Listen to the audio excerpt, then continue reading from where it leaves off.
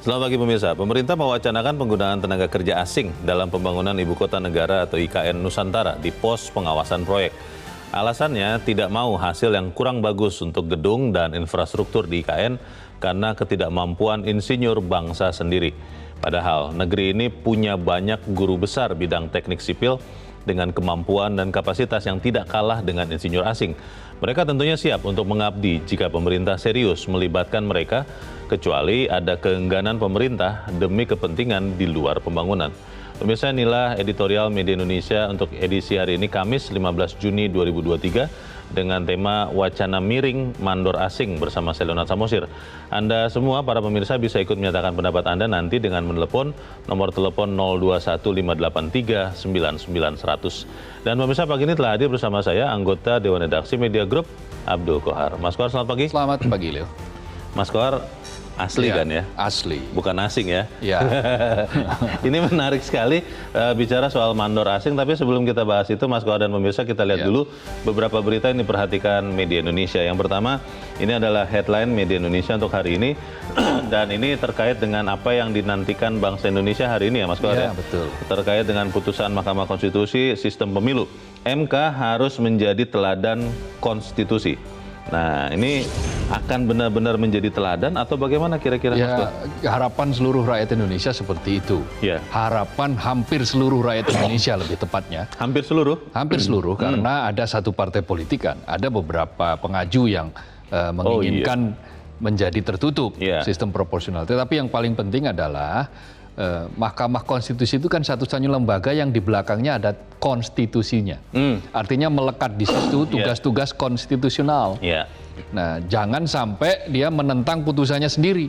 2008 MK sudah memutuskan bahwa sistem proporsional terbuka itu konstitusional. Bahkan di dalam Undang-Undang Dasar 45 pasal 22E itu ditegaskan di situ bahwa ya yang dipilih itu pemilu legislatif yang dipilih ya anggota DPR, anggota DPRD, dan anggota DPD. Artinya kan berarti secara teks bisa kita tafsirkan sebagai mencoblos caleg. Orangnya ya? Mencoblos orang. Nah, seperti itu. Artinya dasar konstitusionalitas yang waktu itu 2008 diputuskan oleh Mahkamah Konstitusi, itu adalah konstitusi juga. Jadi ini yang bukan malah dipukul mundur. Ini yang harusnya dihormati, ditegakkan,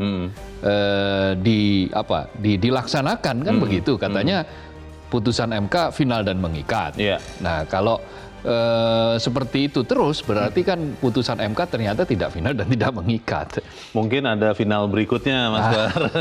Karena pemainnya sudah berganti begitu. Tapi tidak boleh begitu kan ya? Tidak boleh begitu. Yang paling penting adalah apakah ini konstitusional atau tidak. Itu yang paling penting. Kalau tidak konstitusional di mana? Kita tunggu nanti sama-sama, kalau tidak salah rencananya sekitar pukul 9:30 atau jam 10 pagi ini akan ada putusan MK. Kita percaya hakim konstitusi benar-benar menjadi wakil Tuhan. Karena disebut-sebut hakim itu wakil Tuhan juga yang memastikan bahwa konstitusi itu dihormati. Kita ke berita selanjutnya di halaman di halaman 2 di harian Anda, pemirsa, ini terkait dengan KPK. Awasi penyalahgunaan kekuasaan oleh KPK. Lah, KPK memang bisa menyalahgunakan kekuasaan. Maksudnya berita ini apa nih, Mas? Iya, bisa. Dengan ditambahnya periode kepemimpinan komisioner KPK dari 4 tahun menjadi 5 tahun oleh Mahkamah Konstitusi, maka potensi untuk terjadinya abuse of power itu sangat tinggi. Maksudnya persisnya apa itu, Mas? Abuse of power, dia bisa menjalankan apa yang diduga oleh sebagian publik untuk melakukan pesanan misalnya. Pesanan kasus atas lawan politik, atas orang-orang yang berbeda. Mestinya tidak boleh begitu. Tetapi potensi itu menjadi ada karena banyak kejanggalan ketika MK memutus bahwa pimpinan KPK bisa ditambah 1 tahun lagi. Dan itu berlaku untuk pimpinan KPK sekarang kan seperti itu.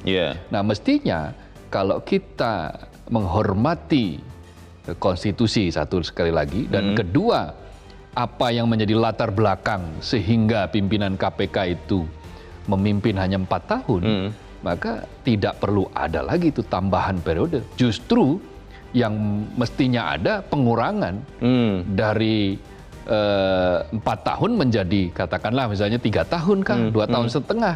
Kenapa? Karena mereka ini para komisioner KPK, pimpinan KPK ini penegak hukum.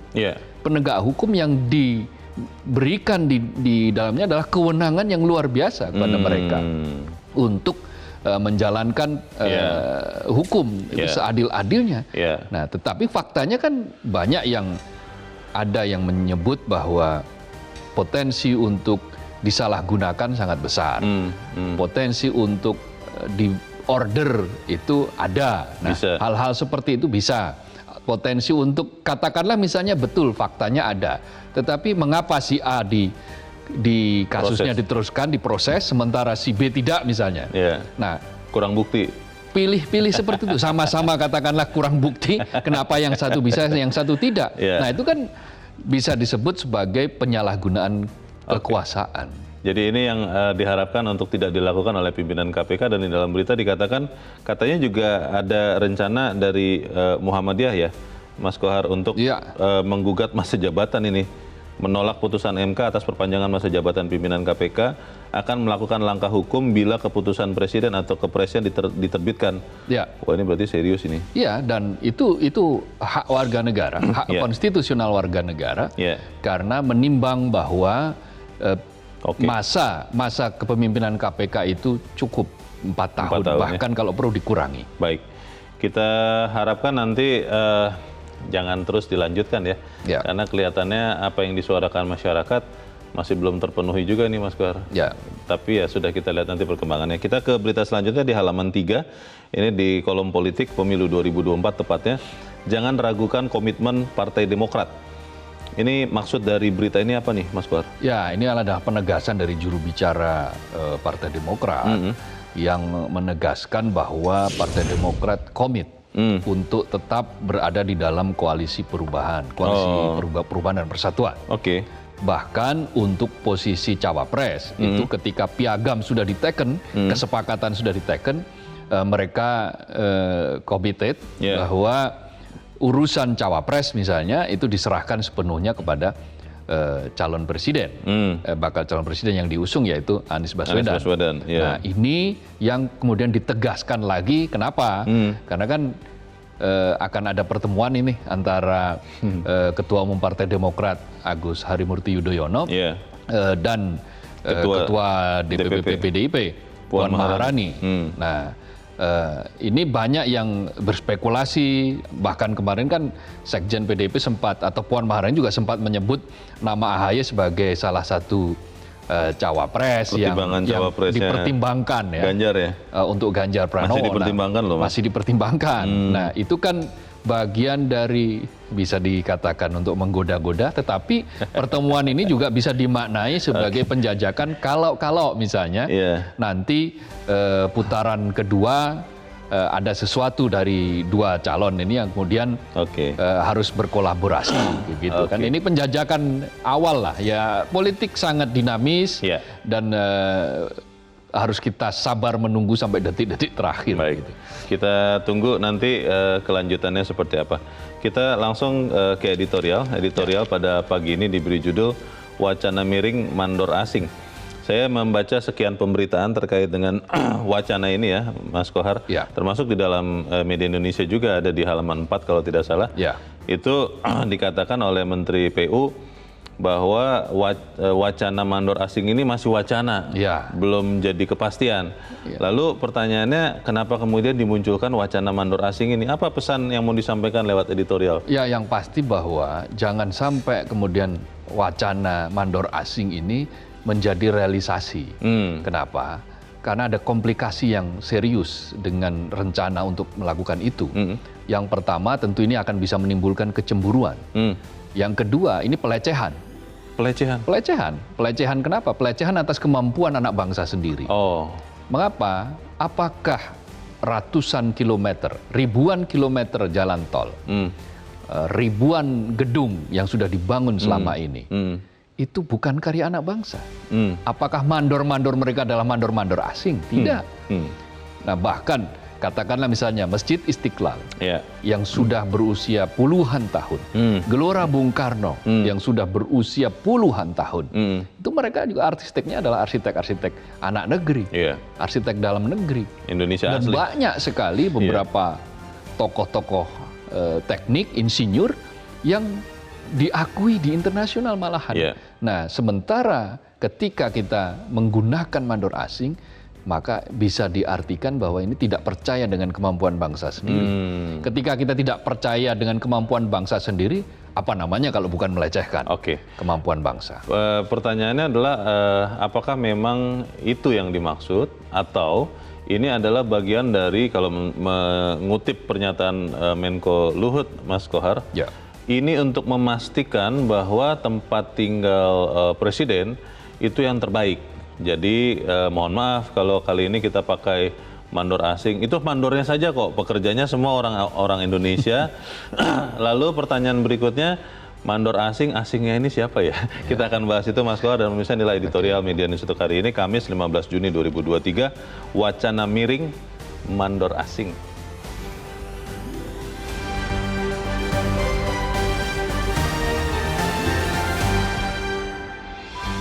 Wacana miring mandor asing.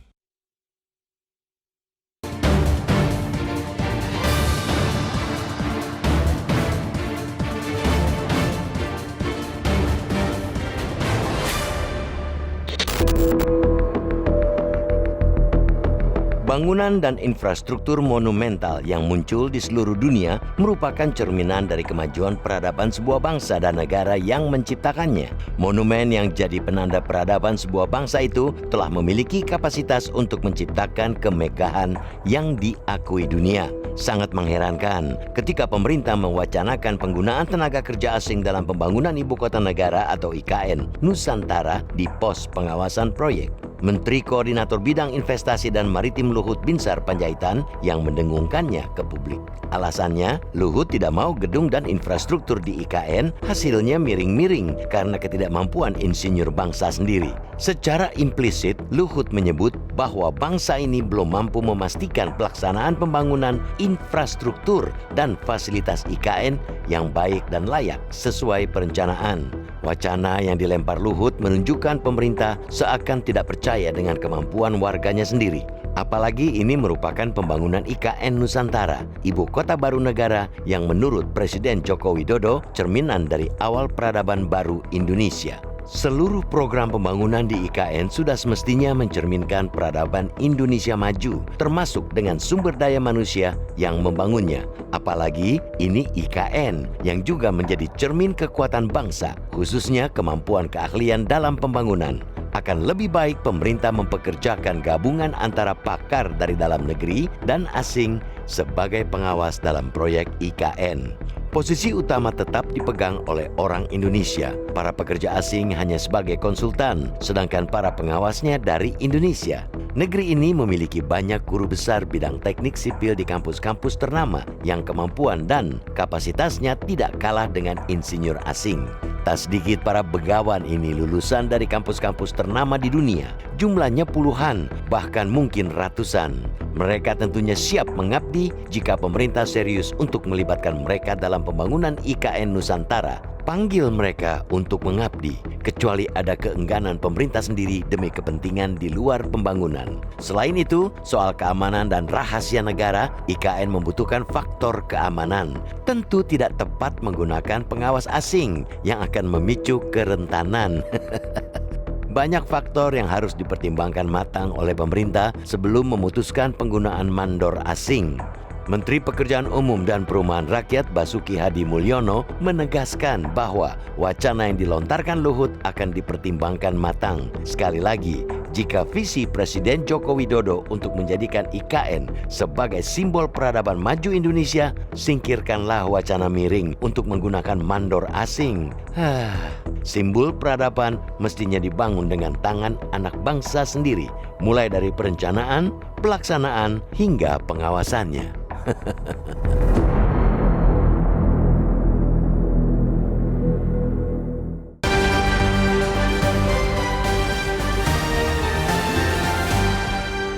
Di bagian berikut Anda bisa ikut menyatakan pendapat Anda, pemirsa. Untuk saat ini tetaplah bersama kami.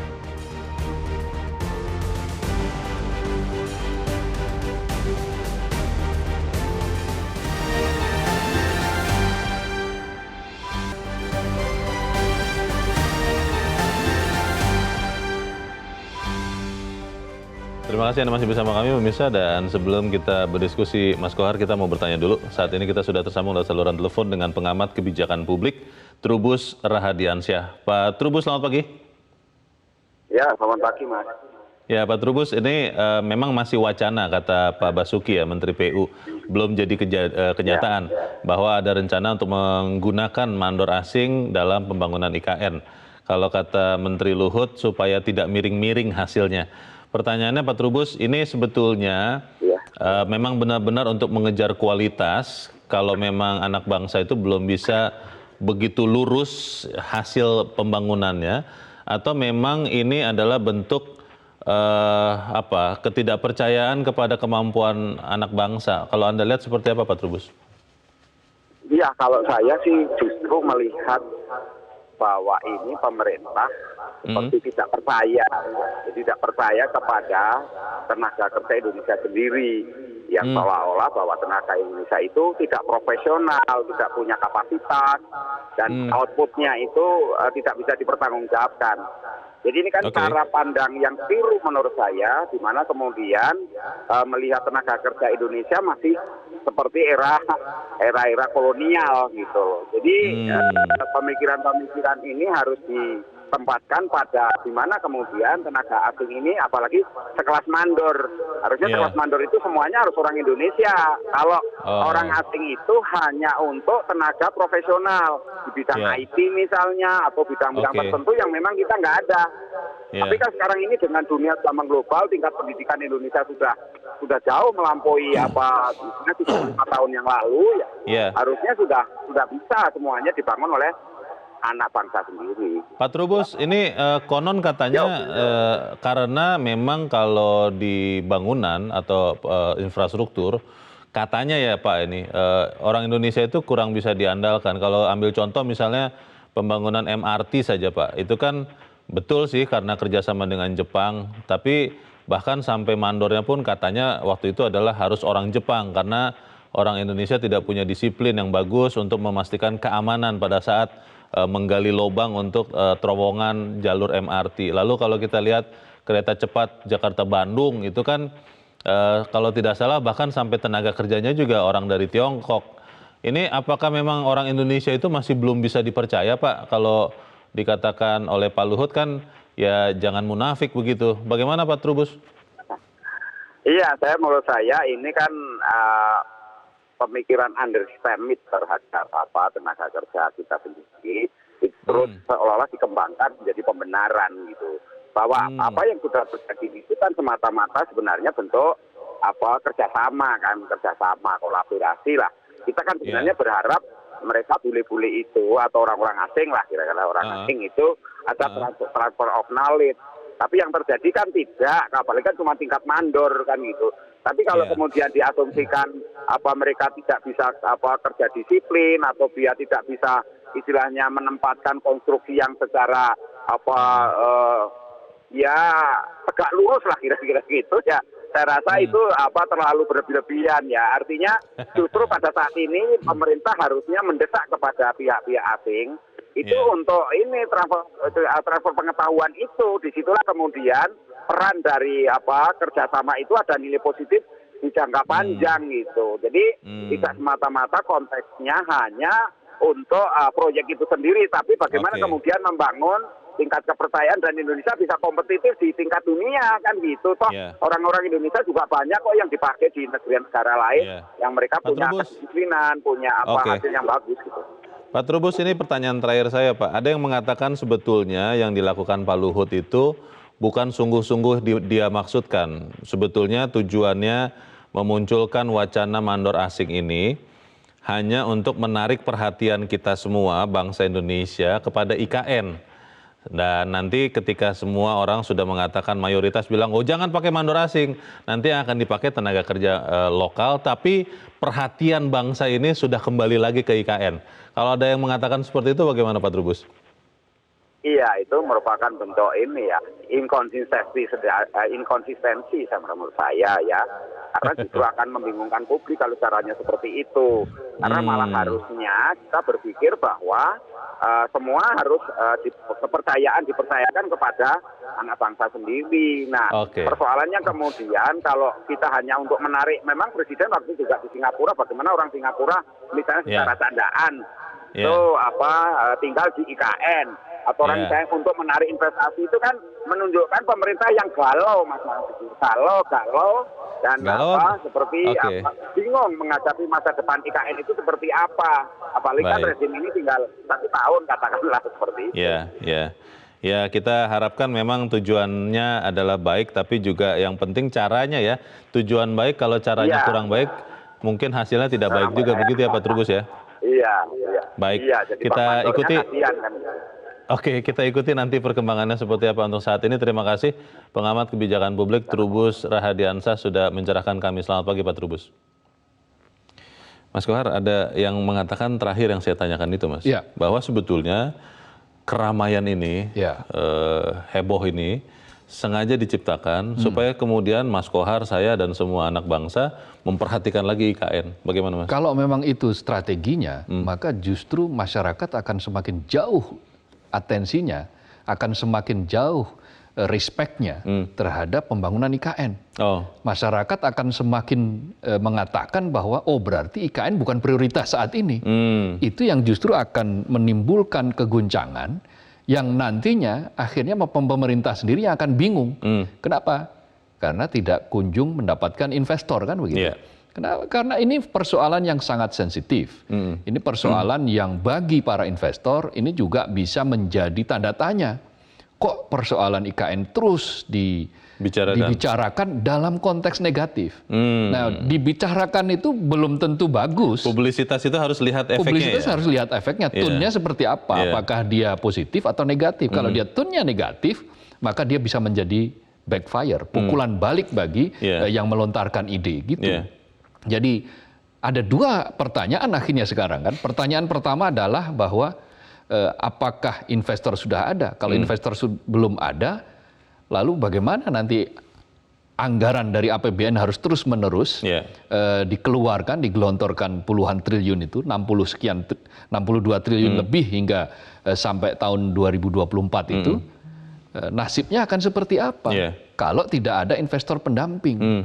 Sementara yang saat ini selalu digembar-gemborkan adalah letter of intent yang jumlahnya 280 sekian yang belum mengikat ya. Tapi itu kan belum mengikat. Itu bisa setiap saat mundur kan. Beberapa investor besar yang sempat dideklar bahwa ini akan berinvestasi di IKN, toh akhirnya mundur juga kan. Softbank mundur teratur, kemudian menyatakan bahwa kami hanya akan tetap berinvestasi di Indonesia, tetapi tidak spesifik menyebut IKN.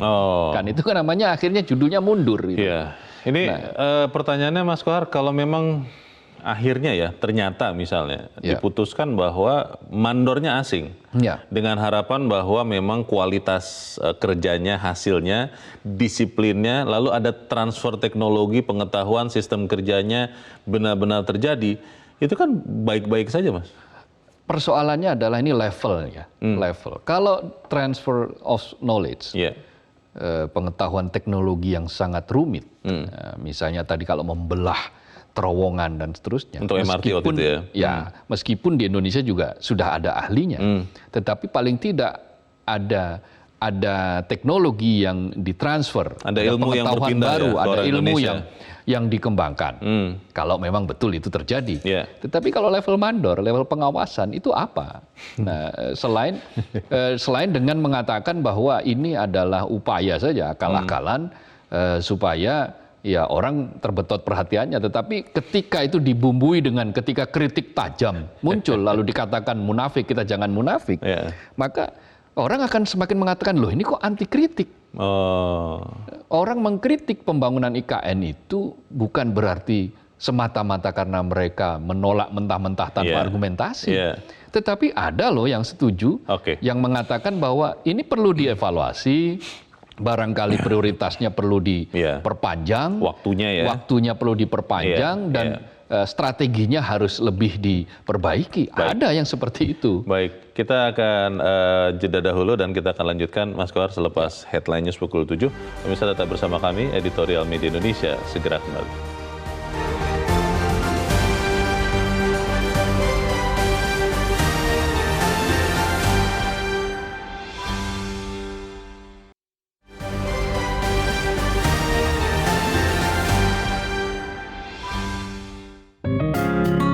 Indonesia mengajak Anda untuk mengakses fitur premium e-paper. Dengan sajian konten berbasis intelektual dan meneguhkan kebangsaan, Media Indonesia tampil dengan lebih dinamis melalui e-paper Media Indonesia yang dapat Anda akses kapan saja, di mana saja. Caranya mudah, download aplikasi Media Indonesia di Android atau ketik link epaper.mediaindonesia.com atau bisa scan QR Code pada layar kaca Anda. Klik tab e-paper di bagian samping layar tablet Anda, daftarkan data diri, serta pilih paket berlangganan e-paper Media Indonesia sesuai dengan kebutuhan Anda. Nikmati juga bonus spesial tambahan 4 halaman rubrik fokus setiap hari. Semua bisa Anda dapatkan hanya di e-paper Media Indonesia. Untuk informasi lebih lanjut, hubungi customer service di nomor 0811 1201 2018 atau kunjungi media sosial @Media Indonesia. Media Indonesia, referensi bangsa. Terima kasih pemirsa, Anda masih bersama kami di Editorial Media Indonesia, dan sekarang waktunya kita, Mas Kohar, untuk mendengarkan juga pendapat dari pemirsa Metro TV. Saat ini kita sudah terhubung dengan pemirsa Metro TV di Manokwari, Papua Barat. Ada Pak Max. Pak Max, selamat pagi. Selamat pagi, Bung Leo. Selamat pagi, Pak Max. Bagaimana Pak pendapat Anda, Pak? Selamat pagi, Bung Kohar. Ada rencana mau menggunakan mandor asing nih, silakan Pak. Ya, ini baru wacana. Ya, tetapi apabila wacana ini sampai terwujud, itu artinya kita meremehkan kemampuan bangsa sendiri. Ya kan? Sejak awal Indonesia ini berdiri sampai dengan ini tahun 50-an, Indonesia menyumbangkan tenaga-tenaga guru untuk mengajar orang Malaysia. Iya, B.J. Habibie yang begitu terkenal. Ya, gambaran-gambaran ini menunjukkan bahwa sumber daya manusia Indonesia sudah cukup dan sudah mampu. Kalaupun wacana mau mengambil mandor asing saja, hanya mandor untuk pengawasan, ya kan? Itu dari luar, itu sama saja dengan kita melangkah mundur. Pemerintah tidak bisa meningkatkan kemampuan sumber daya manusia Indonesia sehingga dimunculkan wacana ini. Kesalahan ada di pemerintah. Dengan demikian, atas nama masyarakat pekerja Indonesia, tolong wacana ini jangan sampai terwujud karena kita meremehkan bangsa sendiri. Joko Widodo sudah berjuang mati-matian untuk peningkatan infrastruktur, tetapi mungkin saja masih lupa peningkatan sumber daya manusia Indonesia. Untuk ini menjadi perhatian untuk Joko Widodo maupun presiden-presiden kita ke depan, sehingga ketika kita bersaing di dunia internasional kita mampu. Banyak kita sudah mampu bersaing di dunia internasional. Hanya bidang-bidang tertentu kita punya insinyur, tenaga-tenaga konstruksi itu banyak. Punya kemampuan, punya ya toh. Jadi mohon jangan sampai ini terwujud, Bung Kohar. Saya kurang sependapat. Sekalipun ini baru wacana. Saya tahu ini menteri siapa yang punya otak ini untuk memunculkan wacana ini. Dan itu tolong dihilangkan dari otak kita, jangan meremehkan kemampuan bangsa sendiri. Terima kasih. Terima kasih Pak Max di Manokwari, Papua Barat untuk pendapat Anda. Selamat pagi Pak. Di belakang Pak Max ada Pak Bion di Mataram, Nusa Tenggara Barat. Pak Bion, selamat pagi. Selamat pagi Bung Leo, Bang Kohar. Selamat pagi Metro. Selamat pagi Pak Bion. Silakan Pak pendapat Anda Pak, singkat padat. Baik, terima kasih Bung Leo, Mas Kohar.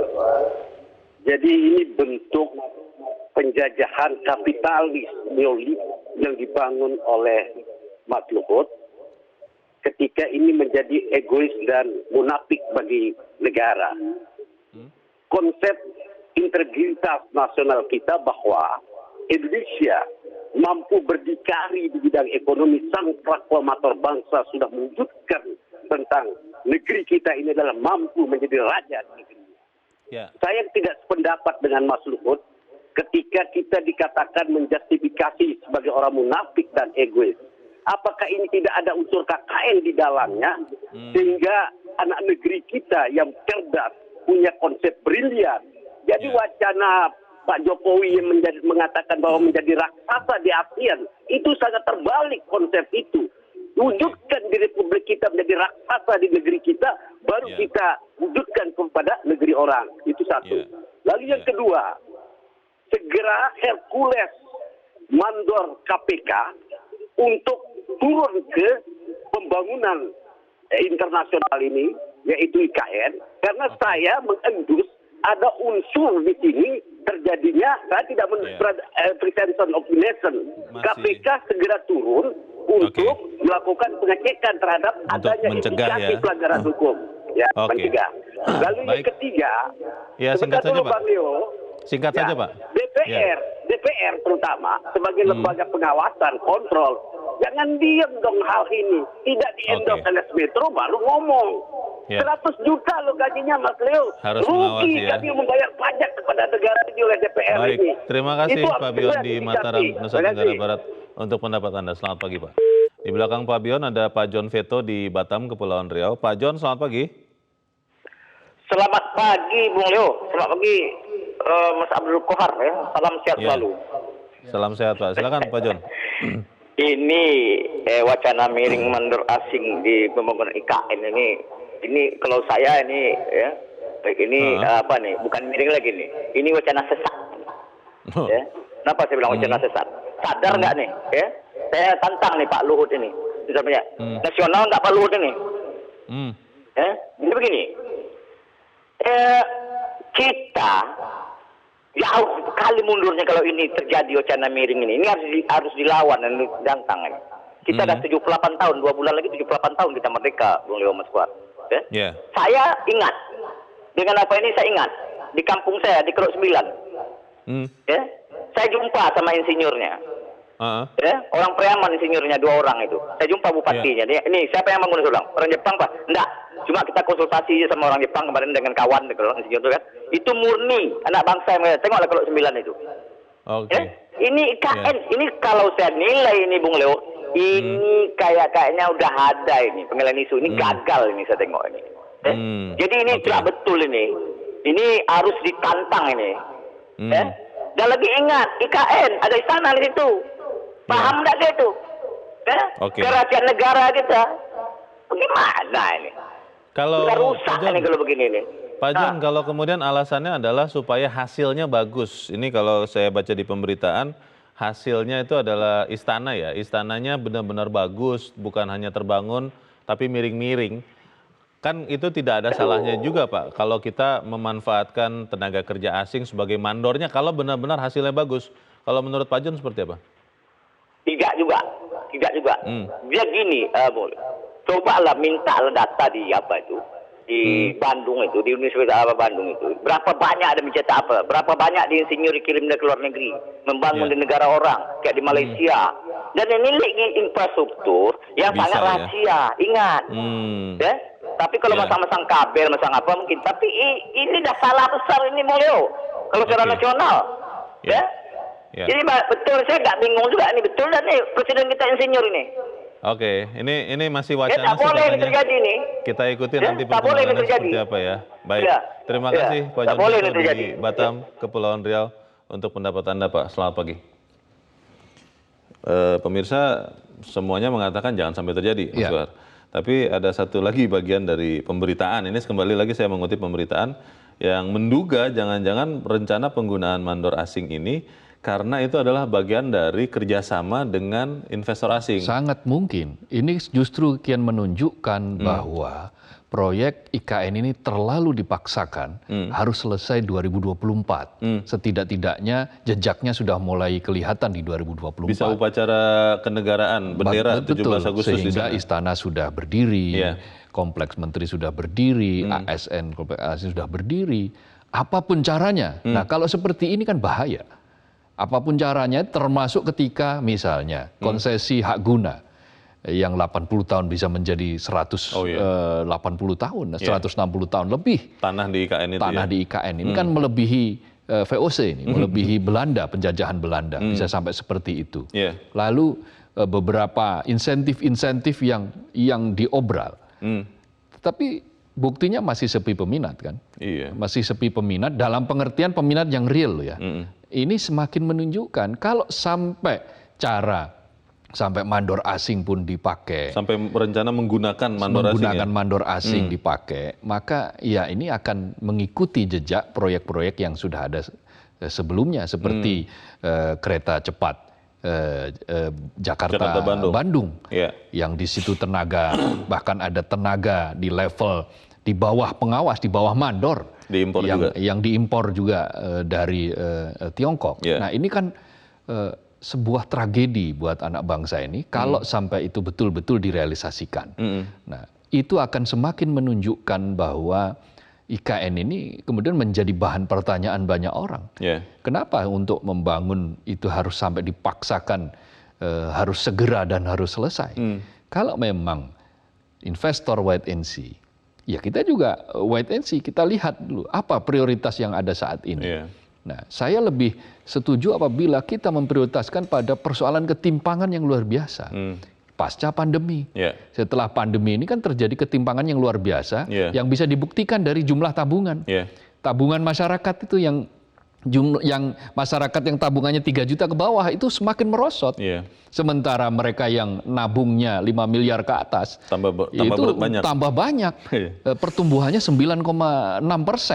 Itu kan menunjukkan bahwa ada kesenjangan yang semakin lebar antara si kaya dan si miskin. Dan ini problem yang sangat mendesak.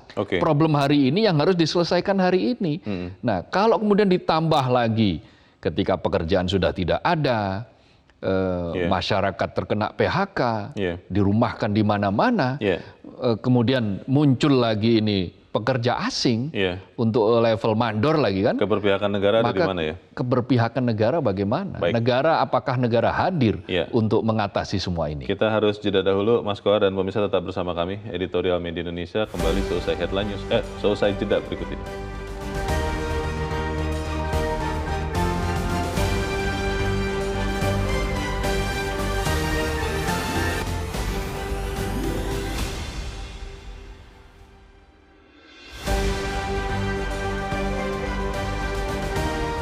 Anda masih bersama kami di Editorial Media Indonesia dan kita ada di bagian akhir diskusi kita pagi ini.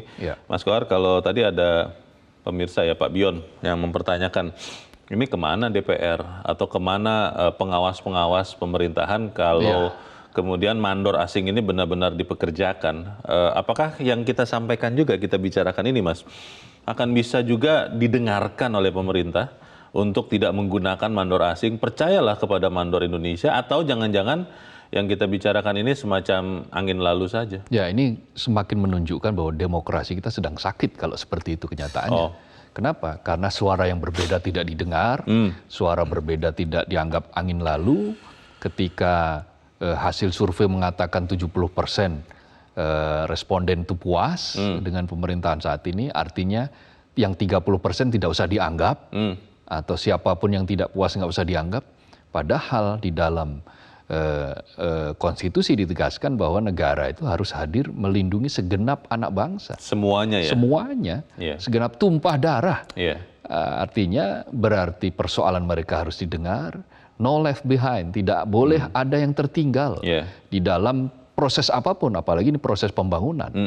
Nah, sudahlah peristiwa ketika Orde Baru, ketika ada sejumlah rakyat kecil yang digusur secara paksa, itu terjadi pada masa lampau. Jangan diulang ke masa kini dengan model-model pemarginalan yang berbeda, pemarginalan yang lebih canggih, ya melalui tenaga asing.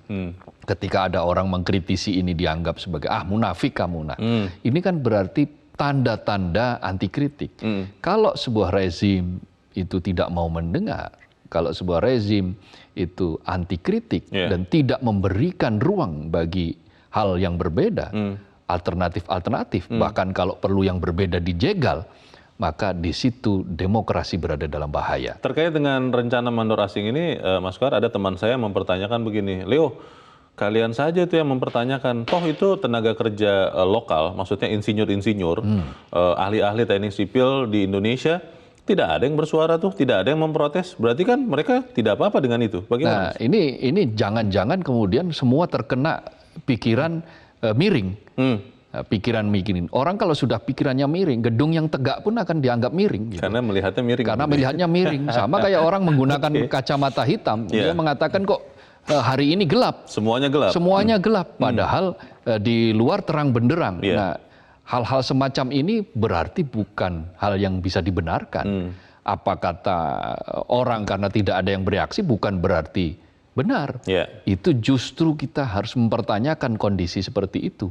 Mengapa ini bisa terjadi? Jangan-jangan takut bersuara juga? Betul. Jangan-jangan mereka takut bersuara atau apatis. Apatisme itu bahaya.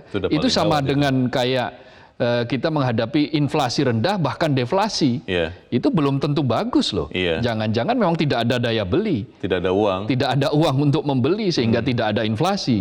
Jadi inflasi yang rendah kan bukan selalu bagus. Nah, itu yang terjadi juga di dalam politik. Boleh jadi ini masyarakat apatis. Atau boleh jadi juga sudah sampai pada ketakutan. Kalau sampai publik, masyarakat, rakyat itu takut menyuarakan hal yang berbeda karena takut entah apapun.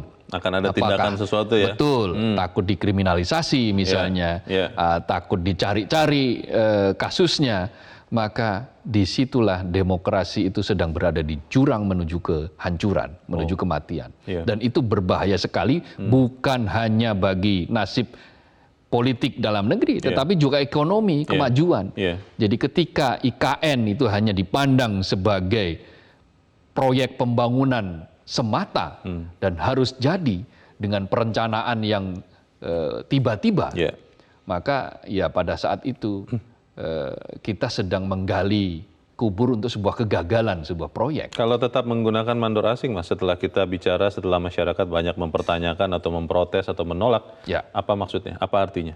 Artinya berarti memang ini bebal, sudah tidak mau mendengar lagi dan sudah jelas bahwa ini harus dikoreksi, harus dikoreksi untuk kebijakan yang lebih baik. Karena apa? Karena masyarakat diperlakukan secara tidak adil, masyarakat dilecehkan, masyarakat direndahkan martabatnya. Karena katanya kita ingin menyambut 1 abad Indonesia di 2045 dengan keunggulan sumber daya manusia. Tapi kalau dikit-dikit kemudian asing, sampai mandor pun orang asing, maka ya bonus demografi itu kemudian kita lecehkan sendiri. Bisa menjadi bom demografi itu, Mas. Menjadi bom demografi. Meledak sendiri. Karena negara sendiri, dalam hal ini adalah Menko Marifest, itu mengatakan seperti itu, tidak percaya dengan anak bangsa sendiri dan bisa meminggirkan anak bangsa sendiri, dan itu berbahaya.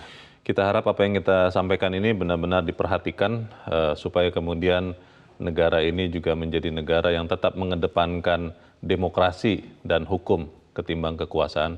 Mas Abdul Kohar, terima kasih sudah hadir di tempat ini. Selamat pagi, Mas. Selamat pagi, Leo. Pemirsa, banyak faktor yang harus dipertimbangkan matang oleh pemerintah sebelum memutuskan menggunakan mandor asing. Kalau visi Presiden Jokowi untuk menjadikan IKN sebagai simbol peradaban maju Indonesia, maka singkirkan wacana miring untuk menggunakan mandor asing. Simbol peradaban yang mestinya dibangun dengan tangan anak bangsa sendiri, mulai dari perencanaan, pelaksanaan, hingga pengawasan, harusnya kita terima bersama-sama sebagai kebanggaan bangsa kita. Saya Leonard Samosir, terima kasih Anda sudah menyimak editorial Media Indonesia untuk pagi ini. Terus jaga kesehatan Anda, terus jaga nurani Anda. Selamat pagi, sampai jumpa.